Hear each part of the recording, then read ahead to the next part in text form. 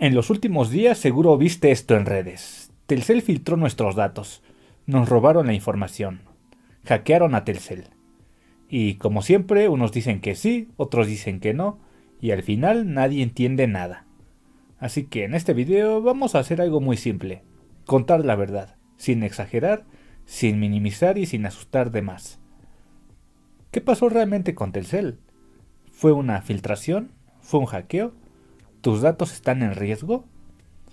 Vamos por partes, porque este tema se entiende solo si alguien lo explica bien. Primero, el contexto es clave.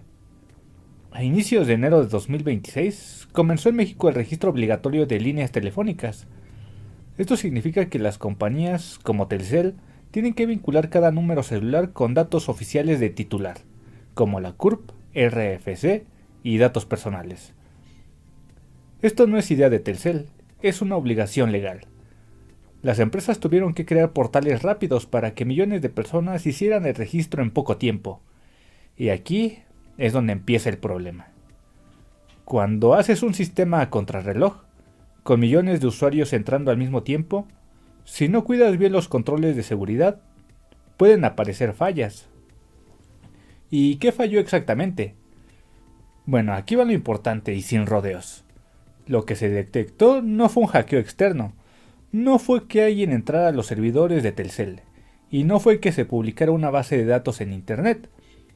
Lo que ocurrió fue una vulnerabilidad en el diseño del portal de registro. ¿En qué consistía? El sistema debía funcionar así. 1. Tú ingresas tu número. 2. Te llega un código por SMS. 3. Solo después de validar ese código puedes ver o confirmar tus datos. Pero durante los primeros días, el portal devolvía información antes de completar esa validación. En términos simples, al escribir un número Telcel, el sistema ya estaba cargando datos personales, sin comprobar todavía que tú eras el dueño de esa línea. ¿Y qué datos eran esos? Bueno, según informaciones de especialistas que probaron el sistema, se podían ver datos como nombre del titular, CURP, RFC, correo electrónico y en algunos casos fecha de nacimiento. Incluso parte de esta información aparecía en el código de la página, algo que cualquier persona con conocimientos básicos podía inspeccionar. Esto es importante entenderlo bien. Los datos no estaban abiertos para todo el mundo automáticamente, pero el control de acceso era débil y eso es un problema serio de seguridad. Y a todo esto, ¿eso es una filtración o no? Bueno, aquí viene la parte que genera confusión. Legal y técnicamente, una filtración ocurre cuando los datos se roban, se descargan o se publican sin autorización. En este caso, no hay evidencia confirmada de que alguien haya extraído una base de datos completa. No hay prueba de que millones de registros estén circulando en la dark web. Por eso Telcel dice, no hubo filtración masiva, y eso hasta ahora es correcto. Pero que no haya filtración confirmada no significa que no haya pasado nada. Lo que hubo fue una exposición potencial de datos.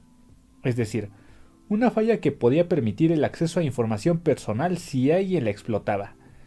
En seguridad informática esto se llama vulnerabilidad, no hackeo.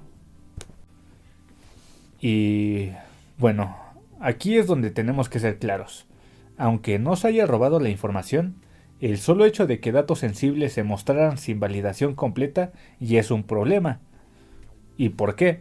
Porque si alguien hubiera querido automatizar consultas, probar miles de números o recolectar información, técnicamente era posible hacerlo durante ese lapso. Eso no significa que haya ocurrido, pero el riesgo existió, y por eso las autoridades entraron a investigar. Esto no es paranoia, pero tampoco es no pasa nada, como dicen algunos. ¿Y qué ha dicho Telcel hasta ahora? Bueno, Telcel reconoció públicamente que sí hubo una vulnerabilidad técnica, que fue corregida, y que reforzaron la seguridad del portal. Además, autoridades ya abrieron investigaciones para determinar si hubo violación a la Ley de Protección de Datos Personales y si la empresa cumplió con sus obligaciones de seguridad. Esto sigue en revisión, no hay sanciones todavía, pero tampoco es un tema cerrado. Entonces, para resumirlo bien claro, no fue un hackeo, no se confirmó es una filtración masiva, no hay evidencia de base de datos robadas. Lo que sí hubo fue una falla en el portal, sí hubo una exposición potencial de datos, sí es algo que se debe investigar y corregir. La verdad está en medio de los extremos. No hay que tener pánico, pero tampoco hay que minimizar el problema, porque fue real. Hay que informarse bien, también es una forma de protegerse, y por eso es importante contar las cosas como son. Aquí los dejo y nos vemos en un próximo video.